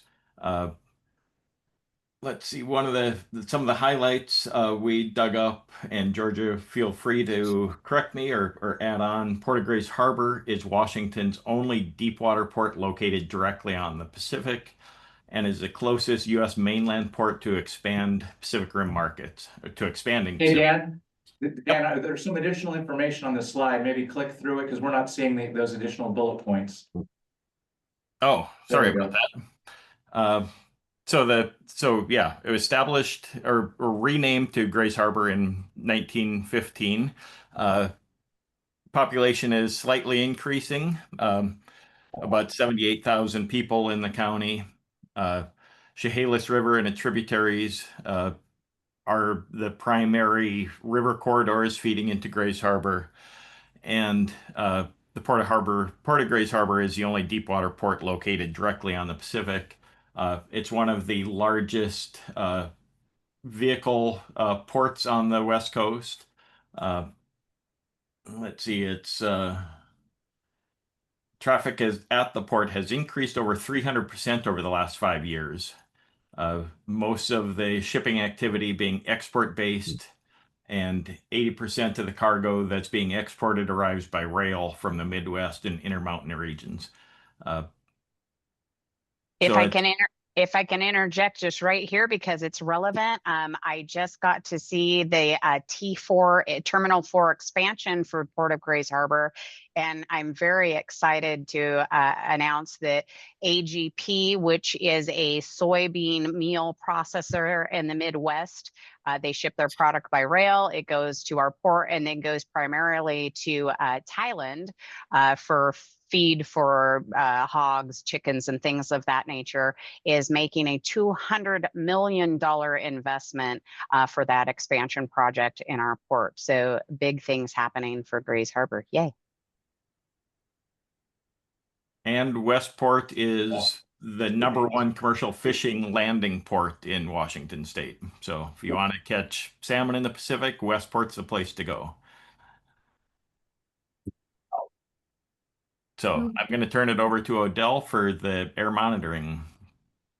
Okay, so can you click forward? All right, so the history of air monitoring Grays Harbor is actually, for ORCAA's region, one of the oldest, or extends furthest back of all of the counties, starting with 1963, and that predates the formation of ORCAA, and that was the Department of Health had air monitors, well, particle fallout, and then total suspended particle monitors at the sewer plant in Cosmopolis. And then in Aberdeen at the Finch Building, fire station, Emerson Hotel, and the reservoir. Some of these are so old, I wasn't even sure where they were. I was trying to find out, like, where was this physically located? And some of the buildings have since burned down. So yeah, very, very old history of air monitoring in Grace Harbor. Then in 1969, which is ORCAA's birthday, I believe, is that right, Dan? 68. No, we were- 68, oh. So we, in 69, took over from DOH, and we did drop the number of air monitors. So for total suspended particulate, we continued monitoring at Aberdeen City Hall and Elma City Hall. And those monitors were up until 1990, so long time there. Also from 1978 until 1993, we were measuring sulfur dioxide in Cosmopolis and Hoquiam, and that was probably somewhat fence line monitoring for the big industry that were there, and that was a major emission pollutant for them. Also 1983 to 1990, Cosmopolis for total suspended particulate. And then we switched to PM10. So that's a size of 10 microns or smaller. And so did that for 3 years. And then, Dan, I'm losing some of the resolution on here. I'm not sure if we can. Chris, is there a way you can make that bar go away at the bottom of the screen? Just so actually, no. Anyway, I can see the bottom one. So we switched to PM 2.5. So even the smaller particles in 2002, and moved the main monitor to Harbor High School, and that's where it is today. We did have a federal reference monitor, gravimetric measurement of PM 2.5 from 2002 to 2004. And then also the nephelometer, so that co-location with the federal reference monitor is how we were able to develop a correlation equation between the light scatter at the nephelometer and the actual PM 2.5 for Aberdeen specifically. And that is what we are still running there today. So next slide. So we recently completed a saturation study. This is the first saturation study ORCAA has done utilizing purple air sensors that are publicly owned. We also had a few that were ORCAA owned. Those were in Central Park, at the Aberdeen School District Facilities Building across the river. So in sort of southeast Aberdeen there. If you see the blue star on the map, that's Harbor High School where our permanent monitor is. And so we had installed a purple air sensor. The two directly to the east of that monitor were owned by us. And then the rest were publicly owned sensors. So you can see the results in AQI colors. You guys are used to these slides by now. And so at our previous saturation studies, we've done 4 sites, and in this one we had 9. So really increasing the ability to evaluate the county's air quality. And you can see that the bigger events kind of line up. You'll see in July, right before August, kind of a nice yellow line running right down the plots. That's July 4th, so that's fireworks across the county. You'll also see bigger yellow bands in August. That was a wildfire episode that came through in August 2023. Didn't turn orange or red, but it did impact us and elevate our PM 2.5 a little bit. And then you'll see the wintertime moderate air, mostly from wood stoves and wood heating in homes. And you'll see one USG kind of coming down there in November. We didn't record that in Central Park, but Central Park monitor was powered by a solar panel, and that really struggled in the winter over there in Grace Harbor, just not a lot of sun. So it popped up for a few days, but we did lose quite a bit of data. I thought the battery pack would be able to handle it. It's not a lot of power, but it didn't. And then Ocean Shores, we actually lost some power and data there too. I'm not sure what happened. Publicly owned sensor, one of the downsides to not having control over the sensors. So I have a report that I am finishing up right now that is going to go into more detail about the saturation study. And so look for that coming. I'd hope to have it done by now, but some other projects have kept me a lot busier than I had thought they would. So that is still forthcoming. Next slide. And then here's 20 years of Grace Harbor County. This is starting in 2003 when we moved to Harbor High School. So this is all the same site. Again, July 4th. I want to point out, you can see that kind of just going right down the years. Maybe getting a little bit stronger, but same from 2016 to now. And then again, the winter months, October, November, December, and January, showing the highest concentrations, most likely from wood stoves. But you can see that in the most recent years, even those numbers have decreased quite a bit. So cleaning up our winter act in Grace Harbor as we are across our region. And then I just want to point out some purples and reds, which I'm sure you all remember were some very bad wildfire smoke days and weeks in the region. And we've seen that at all of our sites. So a couple of those popping up now. And I think, oh, and then there was one other thing I wanted to mention. I don't have a slide for it, but we have been working with the tribe, the Quinault tribe, to get their air sensor up and running. There were some problems with ecology. They were having problems with communication. The Department of Ecology has a contract with Verizon, and so they cannot serve modem that is not Verizon, and Verizon does not work in Taholah. So the only option was US Cellular, which is now T-Mobile, and we don't have such a contract. So we are hosting the tribe's modem for their air monitoring site, and it's a benefit to us too to have that air monitoring site. And so they have been up and operating since this spring, and so we're really happy to be able to provide that service to the tribe. And I think it's going on to Dan now. Yeah, so smoke issues, multiple issues regarding smoke, indoor burning, wood stove use is a primary concern. Wildfire events, as Odell noticed, we've seen those cropping up in the last 5 or 6 years. Since 2018, we've seen some of those. And outdoor burning. I will note on the wood stove use, Odell mentioned working with the Quinault Nation on air monitoring. I've also been in touch with them about partnering with them on our wood smoke reduction grant, wood stove replacement program. And so we'll be working closely with them on the next grant cycle. We have submitted a grant request to the state. I'll cover that later in my communications report, but did work closely with Cody at the Quinault Nation to see how we could work with them and support their program and support low income and environmental justice communities as needed. So we'll be hopefully expanding the wood stove program through all of Grace Harbor County in support of the tribal work as well. So wood stove use is still popular. It is declining according to the US Census. About 9% of households in the county heat with wood. That's down from 11% in 2018. We did expand the wood stove recycling award in Grace Harbor in 2021. And we've had limited participation there, about a dozen total over the past 4 years. But again, with more expansion of the replacement program, so we'll be able to offer people, we hope, the option of replacing their old uncertified wood stove with a heat pump or pellet stove or other cleaner burning devices in this next grant cycle, and that would be countywide. We hope to see more participation throughout the county in the wood stove program.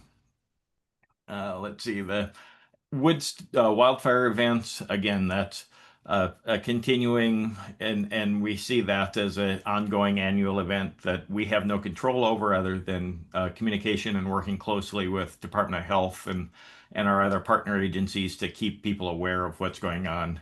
Wildfire smoke can be locally produced, but most likely transported. For instance, you may see some smoke in the coastal communities later today from the smoke plume off of the Vancouver Island fires that drifted down over the Pacific. And as the a new weather system pushes into Washington later tonight or tomorrow, that could push that smoke in front of it. And so we could see Ocean Shores, Grace Harbor, Westport getting hit with some smoke events before those rain showers come in. So wood smoke or wildfire smoke continues to be an issue. And then outdoor burning. We covered residential burning, but there's also land clearing and agricultural burning and silvicultural managed by DNR. And I'm going to turn over the outdoor burning to Mike. Well, we talked a lot about outdoor burn permits and whatnot, so I won't spend a lot of time on that. But as we mentioned, McCleary, our District 12, which is basically just outside of McCleary, they issue their own land clearing burn permits along with Montesano Ocean Shores, our District 16. We do all the other land clearing burn permits in the area and all the agriculture permits. And again, no residential permits anywhere that we require at this time. We did about 40 land clearing burn permits in Grace Harbor County last year. And when we get complaints and investigations, a lot of them come from the fire districts. One of the benefits we hope of these permits, if they get accepted, and we also rely on the reports that they send us that we can then do our enforcement and or education based on what they see. There's certain areas that have bigger problems than others, but I won't get into those specifically now, but we got focus areas for sure. The next thing that we do in the compliance section is we cover asbestos demolition programs. If you're gonna do a demolition of a building or a remodel of a building, we want you to get an asbestos survey, first of all, so you know what's asbestos and what's not. If it has asbestos, you need to get a permit from ORCAA. If you're gonna demo it, which is any load-bearing structural member, so if you take down a load-bearing wall, that's considered a demolition. And that's not just Grace Harbor, that's my soapbox for all 6 counties. And if you can help spread the word, that is really nice. We had 44 asbestos notifications and 46 demo notifications last year. My gut feeling is there was a lot more, and this would cover the city and the counties. There's probably a lot more demolitions and remodels with than 46. So and the more I'll say this every time, but the more we can get the county building inspectors and building staff, permit techs to help promote this, the better it will be. Same with the cities. So Dan, can you click through some information? Oh, I thought there was more information on that. No, this one, okay. So we have that program. We've been talking to different groups, outreaching, and we've got some other outreach plan. The next thing we do in the compliance is where the engineers get involved heavily, and that's working with sources. Sources for us are anything that emits a certain amount of pollution. There are some really small ones that are exempt, but Grace Harbor has 112 of approximately low 600 number of sources we have in all our regions. So they have a good chunk of them. 5 of them are AOP, and as it says there, that's the most in any of our counties in Grace Harbor. And AOPs are the Title V's that are basically overseen by the EPA. And they basically are Title V because they emit an awful lot of stuff. Examples would be the Sierra Pacific Lumber Mill, the Sierra Pacific Cogen, Grace Harbor Energy. And that one's a little bit different because Grace Harbor Energy is handled through FSEC, the Statewide Energy Commission, where you got a separate contract with them. We basically do everything the same we do with Title V. But we give recommendations to the FSEC committee, and then they can decide what they want to do with enforcements or warnings or change of operations. But other than that, we treat it as an AOP source. Westport yacht making there, Westport Shipyard out in Westport is another one of those AOP sources. And I may have missed one, but they're all there. We spend a lot of time in Grace Harbor inspecting these sources. A census. No, they're not major anymore. They dropped out, synthetic minor. Yeah, I might be missing somebody there. We go to anywhere from gas stations, crematories to the correction center, paint booths, boat manufacturing, everything in between. We collect emission, and again, I've said this with all the other counties. We collect emission inventory from some of our top sources, and so that gets reported to ecology and the EPA as kind of what the region is, how much they're emitting. And 19 of those sources that we send out, about 80 total last year that we collected. 19 of them came from Grace Harbor. The picture you're looking at there is, I believe that is, it's changed names a few times, it's the biodiesel plant, and that is, It's a facility in Elma. Oh, okay, that's a census, Census. sorry, yeah. Okay, so that's a census, used to be Roman Haas, used to be Vertellus, it's gone through many Dow chemicals. And so that's the picture of that there. Dan, if you can go to the next picture. We did our inspection at Pacific Veneer. You can see the fearless leaders right there. Jeff and Georgia right there. And not sure who that is in the middle. I think that's the Pacific. Oh, okay, Veneer. that's who gonna was be, leading the okay, tour. okay, that's gonna be their general manager at the plant, a nice guy to work with. We went there and basically wood industry thing, really cool, watch them take a log and peel it down. Georgia could attest that. Take a big log and peel it down to thin sheets to a core in seconds. Most of Grace Harbor industries that we deal with, the larger ones are wood related. A lot of milling, a lot of the plywood makers, the veneer makers that go into the plywood. A lot of that stuff. The big talk of PNWRE we've had over the last year, that of course will be in Grace Harbor if it continues. So lots of sources, lots of inspections, lots of activity from ORCAA and the engineers of permitting all of these down in the Grace Harbor area. It's probably our second busiest area as far as permitting goes. And that's all I'll speak on that.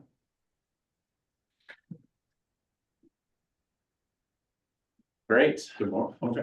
So Georgia, anything to add? I would just say it was such a great experience to get to see inside Pac Veneer and how their operations work and how it is pretty big industrial complex, and yet there was not a bunch of pollution going into the atmosphere. And so you can have industry and it still be environmentally safe. And it was just a great experience. So I thank you for coordinating that for me to get to see that part of my community that I haven't seen. Great. That was a fun day. Very interesting. Any other comments or questions about Grace Harbor? I just say, Georgia, way to go for moving and shaking. Like you got some investment coming into your county in a big way, and that helps the whole region. So yes, it does. At another point, can we talk? You brought up something that I haven't heard in this one, and that's like we're sure there's more asbestos and demolition than we're getting permits for. I'd love to know how other agencies are handling that, or if there's an auditing process with the local planning counters that we might talk about as a board. I'm not asking for anything other than more understanding right now, but I think that's a big conversation. Sure. Actually, and Dan, you might be able to during your communication manager update, talk about some of the work that you and the compliance program have in the coming months to reach out to permitting departments. Cool. Okay, awesome. That just lifted up for me. Thank you. That was really cool. Okay, so I'm gonna keep us moving. The next thing is resolution 286. This is an MOA with the Makah tribe regarding air monitoring at Bahocus Peak, and I think we're going to Odell. Oh, are we? Okay. Yeah, that's, I thought we decided. Yeah, so we've drafted a resolution. We have been operating at Chica Peak since 2010. I found an old draft of an MOA. I didn't have a signed copy of it. The Makah have a new environmental manager, and he asked if we had an MOA. It's just not something that ever came up, but we should have one to operate there on the tribal land. And so we have been working for the better part of 6 months to rectify that. I had to go through some rounds of drafts, and then the tribe had to approve it at a tribal council. They have done so, and they sent us back the MOA, and this will cover our agreement with the tribe to operate the NCOR site at Bahocus Peak. We've had to move it from Chica Peak to Bahocus because of the power failure that we've discussed in previous months. So that agreement needed to happen. And so we are just bringing this for you guys today for the board to approve and sign, because the tribe is a sovereign nation, and so it's a memorandum of agreement, but I don't know if Jeff, you want to add anything to that or? One of the things that the Interlocal Agreement Act does is it allows for agreements between state agencies, local governments, and sovereign Indian tribes. So using the authority granted to ORCAA in the Interlocal Cooperation Act, we're entering into this agreement, which requires a resolution of the board. I don't know if you have any questions or. Not a lot of Have a chance interlocals to- around here, but this is definitely a meaty one. So questions or thoughts on the resolution? Motions? I move to approve of the resolution. I Second. second. We have a motion and a couple of seconds. I will give Emily that second and Mike the motion. Is there any discussion? I'll just say Odell, they're from my backyard, but the Macaw have always been a really great tribe to interact with. And so I'm glad to see that you guys had some good conversations with them and moved this forward. So thank you. I was gonna say that Odell will provide some additional updates on exactly what's happening with the move from Chica Peak to Bohocas Peak during her update here in a few minutes. So a lot's happening. Odell has been very busy over the past couple months. yes, I was blown away to hear that it was already moved. So, any further discussion? All in favor, say aye. Aye. Aye. Aye, opposed? Motion carries unanimously. Thank you. And then you will sign it up. And I will sign it right now and you can give it to whoever, the insurance company.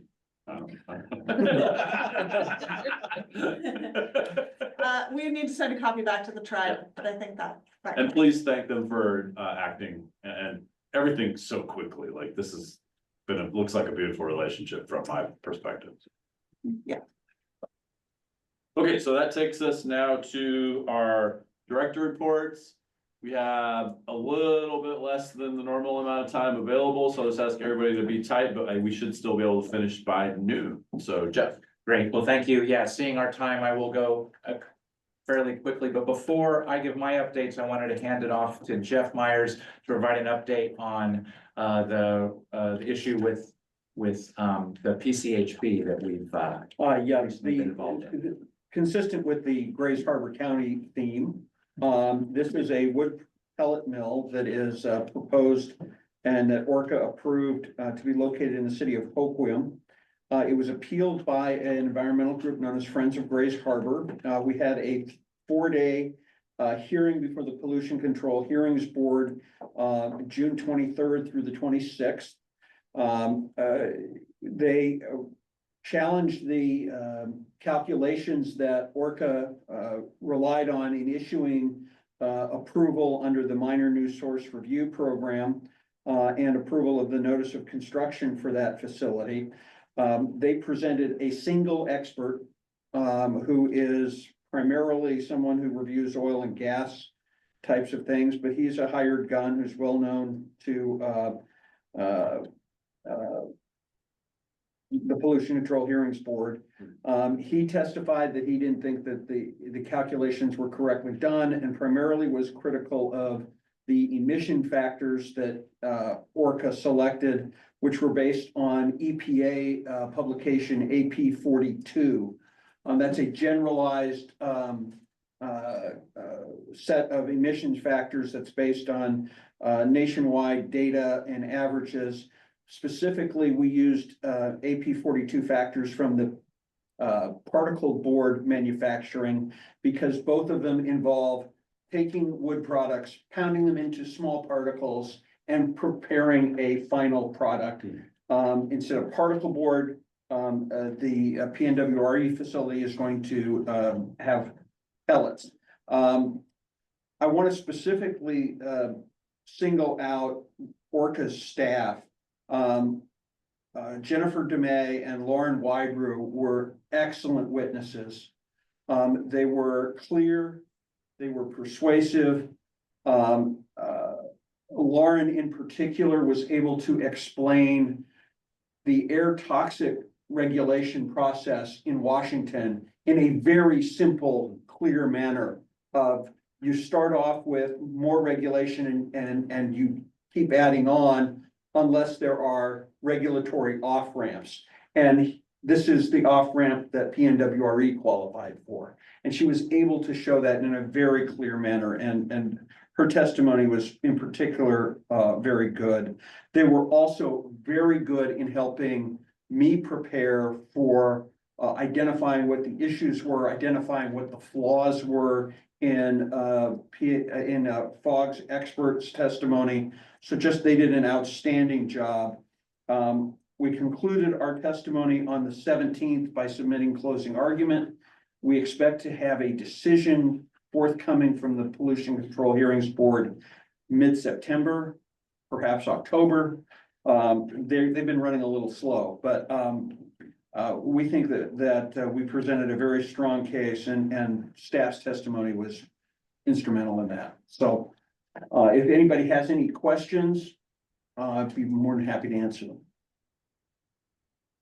Thank you. You made a complicated legal case very clear also, so. We tried.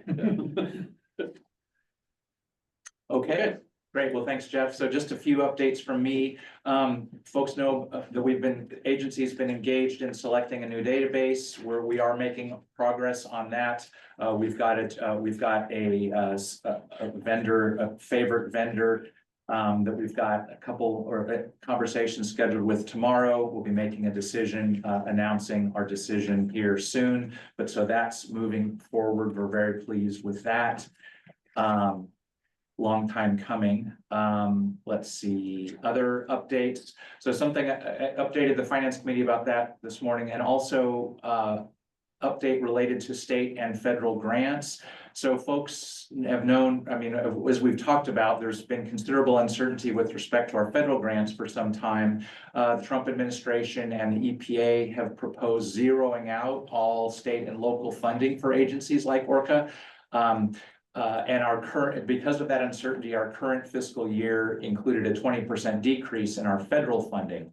However, currently the proposals currently being considered in Congress, in the House and the Senate, actually have maintained current funding levels for 103 and 105 funding. And so fingers crossed. Of course, the federal fiscal year starts on October 1st, but we're optimistic, but of course nothing is set yet, but we're optimistic actually that our federal core funding is going to be maintained.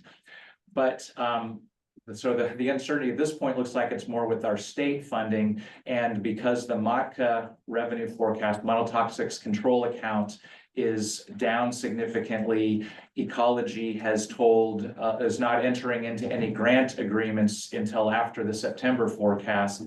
And so ORCAA gets $134,000 a year. That's what's in our current fiscal year from the state core funding. So right now that amount is uncertain. Again, we're hoping for a more positive revenue forecast in September, but we just don't know what that is right now. So we're closely watching that, and we'll have more information at our October meeting about state and federal core funding.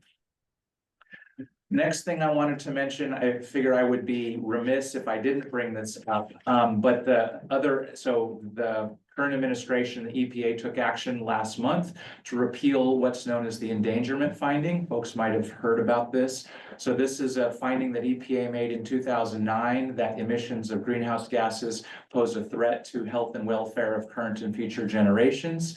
And this is action that EPA took in 2009 in response to a 2006 Supreme Court decision directing the agency to take action to regulate greenhouse gases. So when people ask me about what's the biggest threat to air quality in our region, the answer is always climate change. I mean, as we were talking about during the Grays Harbor presentation, I mean, we were talking a lot about wildfire. We've got an air quality advisory in one of our counties going on right now in Mason County because of the Bear Gulch fire, that wildfires are made much more likely and much worse because of climate change. And so EPA is holding a public hearing on their action next week. And then the public comment deadline for commenting on their proposed repeal is September 15th. So I'm in conversation with some of the other local air agencies about submitting a letter expressing our concerns with the proposed action. There is a direct connection between air quality and the burning of fossil fuels and the emission of greenhouse gases. And so not just wildfires, but I mean, anything related to fossil fuel burning, whether it's transportation or other things. And so again, as an air quality agency, this is something that directly impacts us. And so I felt I would need to mention it. I don't want to have, if there's interest in talking about this more at a future meeting, we could do that. But again, given the time, I wasn't going to go into a lot of detail here. But something that I'll share following this meeting, it kind of related to this, is a podcast I came across recently talking about the importance of starting for agencies or for local jurisdictions, cities and counties to be doing more in terms of preparing for significant climate change. I mean, usually we've been preparing for relatively modest climate change, but there's more and more thinking that actually this amount of sea level rise, the amount of warming, other things is going to be more significant than we have been planning for. And so I'll send this link, but I thought that it might be of interest given the board members' roles in working with the counties and cities on preparing for future things. And the last thing, I'll just remind you that on the agenda is a link to the board agenda planner. And again, we're skipping the September meeting.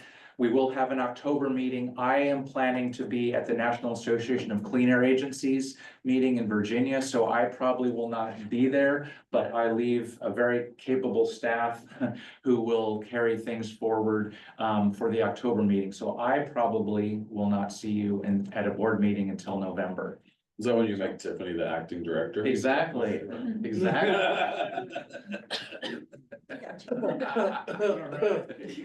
I'm sick that week. Yeah, right. So unless, again, looking at the time, unless there's any questions or comments, I'm going to pass it over to Mike for a compliance update. Okay, Mike? All right, I will make it quick. I'll cut a couple of things out. Inspectors and engineers are really busy. Summertime, we do most of our inspections during the summertime and the Title V inspections during that time. So they're busy. Along with that, there's some source testing, which will be at one of them will be at Weyerhaeuser in a couple weeks that Dave gets to see actually how they're testing for the pollutants in the stack. We've got a lot of those coming up. We're even doing some asphalt plants that haven't been tested in over 10 years. So we'll get some new emission data, which will be nice, but it really spreads our engineers and inspectors thin. Got a note that Aiden Palm, one of our inspectors, he got promoted from Inspector 1 to Inspector 2 on July 1st. And along with that, kudos to him. We had another PCHB hearing, much smaller than the one Jeff talked about on outdoor burning, and Aiden was the key witness on that one on our end and did a great job answering questions and whatnot of the board. So hopefully we'll be 2-0 when these decisions come through. So engineers and inspectors, very busy. One of the things that engineers are doing, spend a lot of time doing after the fact permits, and I've talked about that a couple different times. We'll get into more down the line on that one, but we want to get word out to the sources and new sources that if they're going to change what they're doing or they're going to create a new source of backup generator, paint booth, you name it, they should talk to us first because they might need a permit. Along with that, Dan has worked up a little flyer that we put in the registration envelopes, or every one of our sources is going to get one of those reminders. Did get the reminder, and then inspector staffs are handing those out when they go. Hopefully to reduce the number of after the fact permits, because on the engineering log that is with the packet, it shows a lot of after the fact ones, and we would rather not see those. Those can be subject to violations. Couple more quick things. Burn ban continues, as you probably all know. In most counties, it's a burn ban for all burning, even some recreational burning in some counties. A couple counties have not banned recreational burning, but anybody doing any other kind of burning, they are not supposed to be doing it. Lots of source tests. Oh, and then I've started communicating with the registration and inspection managers of the other air agencies and with the engineer managers of the other air agencies to start talking about the discussion of how they implement fees, how they do it for registration, how they do it for permitting, what kind of sort of things they're looking at for cost reductions, what are they doing to, get the most for their buck and try to reduce that overspending. And so hopefully, as we move towards the next fiscal year, that budget will have some information from the 6 other air districts. And we can hopefully, maybe grab some of the good things and learn from some of the bad things. And when we come to you next year, we can come to you with some ideas that have been tried and true through some other agencies, and maybe that'll help in our fiscal balancing of our budget. That was a real quick rundown, but I'll leave it at that since I know we're pushed for time. Okay, Okay, questions for Mike? Odell? Dan, can you pull slides up? I will try to be fast. That's 2 months. So next slide. Our June air quality summary is, nope, too fast. Go back one. So mostly green, which is, oh my goodness, mostly green, which is what we expect in the summer. You'll see that the lighter green and even some yellows popped up around June 10th. I went back to check to see what that could be. The only thing I noticed is that our temperatures were in the high 80s, low 90s right around that time. This comes back to what Jeff was just talking about. No wildfire smoke, but when we do get those really high temperatures, our ozone can increase, and that can also increase the secondary formation of PM 2.5 from volatile organic compounds or gases that are in the atmosphere. So the combination of the ozone and the volatile organic gases can create PM 2.5 where none was before. So that is my only thought there, because it wasn't wildfire smoke, and I don't know what else it could have been. Next slide. So July, you'll notice a lot of gray bars at Lacey, and you'll notice a new sensor there for Lacey Senswa. So we took down the Lacey site. The shelter was decommissioned on July 16th. And a week before that, we put up a new Senswa in Lacey to sort of tide us over while we're waiting our new shelter installation and getting that site up and running again. So you'll also notice we have a new sensor in Yelm. That is also a Senswa. Forks, that's the one we've had for a while now. And then Ilwaco we have. So this summer we were able to add our Senswa collection to the site, and our number of air monitors popping up on the map is increasing. I will point out we did have one yellow moderate day in Aberdeen. That was wildfire smoke. I think, but I'm not. Oh, no, wait, that was July 4th. My bad. That was July 4th. The Shelton yellow at the end of July was from the Bear Gulch fire. So yes, July 4th, Aberdeen, you are the only one that is popping up with your fireworks on our monitors this year. Not to call you out or anything. Next slide.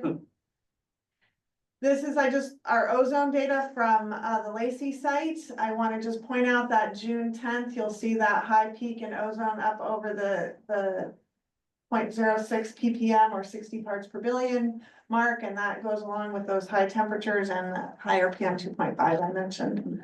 The orange is the 8-hour running average, which is what the air quality standard is based on. The blue is the hourly. Next slide. Threw this in here just for fun. At the end, mid-July, our ozone analyzer just went bananas. And that's what that looks like when an ozone analyzer stops working. So because we were about to decommission the site anyway, we just took it down and did not put it back up. So we are not going to have ozone data for the second half of July and the first part of August for sure. Next slide. So a few miscellaneous items. June 3rd, Lacey Mountain View was the first site in the state to switch to the new data logging software. This is a big deal. We use this data logging software not just to collect the data, but also to log into the site, to run QC checks, to validate data. Lots of stuff happens. So learning a whole new system is a big lift. And so we started that at Lacey and attended a training session at Ecology. Also did 4 site visits in June and July for routine maintenance. And then I've been putting in a lot of work on the Washington smoke blog because of the Bear Gulch fire. It's usually Eastern Washington, and I don't have a lot to say or do with that, but this summer, the Bear Gulch fire is up to 5,700 acres, which for the Olympics is huge. I did a look, and the Olympic National Park in the last 10 years, wildfires have burned 4,000 acres. So this more than doubles that. This fire is a big one for us. And then I've continued to make progress on the Grays Harbor Saturation Study report. As I said, I'd hoped to have it done, but other activities took too much time. So let's look at those other activities for a minute. Next slide, Dan. So these were our Sunswa installs, some pictures of where we Yelm, Ilwaco, and Lacey. The Lacey one is temporary. We'll be removing that once the site goes back up. Next slide. Chica Peak, we moved the trailers from Chica Peak to Bahocas Peak. So you can see some pictures here of that going down. Rob Weiland and Robert Moody helped. Rob and Rob were up there with me. We rented a fairly good sized truck that had the towing capacity to tow both those trailers. And so you'll just sort of see where they were going forward, what the site looks like with no trailers. That's the old site, Chica Peak. In the upper right-hand corner, Rob snapped a picture of us driving the improved trailer down the road. Luckily, we didn't have to go on any main roads because that trailer was probably not road legal. It was a little tall, but we made sure it didn't take out any wires or anything. So we did manage to get under the wires. And then you can see Rob and Robert securing the trailers down, and we did get a fence put up around them at the tribe's request. So next slide. Then we also took down the Lacey site. A lot of people helped with that. So snap some pictures of the inside on the upper left-hand corner. Rob got some shots of me working on the roof. Abby and Aiden were over to help haul some stuff away. And then Tiffany came over to help. She got one of those shelves, took that with her. Rob climbing on the roof, and then me standing in the empty building that's ready for demo. Next slide. And we actually removed that site. This isn't a July shot, but we thought we'd throw this in here anyway. These are photos by Dan, and our contractor did not end up demoing the building. He actually saved it, and he's going to repurpose that building and salvage it, put a new roof on it and use it. So really excited that he was able to do that. We really, and he is an amazing excavation driver. I mean, he's an artist with that excavator. And I believe that is all I have. One clarification. So what's the current status of Bahocas Peak? Is it up and running yet? No. We have the trailers moved. We have an electrician, we have an excavator. We will be installing power on August 28th. Returning the following week with PUD, so we'll then have to come in and put in a transformer and a meter. Then we'll have power. And I will be up there to basically put up the data logger and a few analyzers. We are switching Chica Peak over to the Agile system, which is even a bigger lift than before. So the tribe is going to be doing some soil remediation project up there between September 8th and October 22nd, and we can't access the site while they're doing that work. So my goal is to get the data logger running, get the instruments. They won't be collecting valid data, but they'll be running so that we can talk to them and we can learn how to use this Agile system to run the maintenance that we need to run. And so we're going to use that 2 months wisely with our power, but we will not be actually collecting ambient data at that time. So we're hoping by November 1st, we'll be fully functional. Amazing. Good job. Is it? That's a lot of work. It Yeah. feels like a long time. It feels like it's taking a long time. You're doing, but I couldn't believe it had happened in this just 2 month break that we were on, so. We lost power in February, but yes, thank you for your, for your kudos. Yeah, a lot of work happening, and hopefully I'm ready for a summer vacation. Yes, right in time for the end of summer. All right, sorry, that took a long time. No, we're gonna go to Dan and then Tyson, and quick, please. Okay, quick.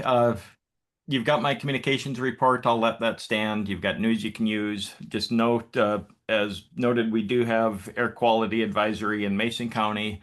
even though we're going to see a little bit of rain in the coming days, wildfire smoke season is still on us. We typically have our worst smoke events in September, so just be aware of that. We'll keep communications going. Harbor Days is the last weekend of August. We'll be out at the same location we've been the past 3 years. So if you're around Olympia at that time, stop by and say hi and chat with our staff. We've got most of the staff signed up.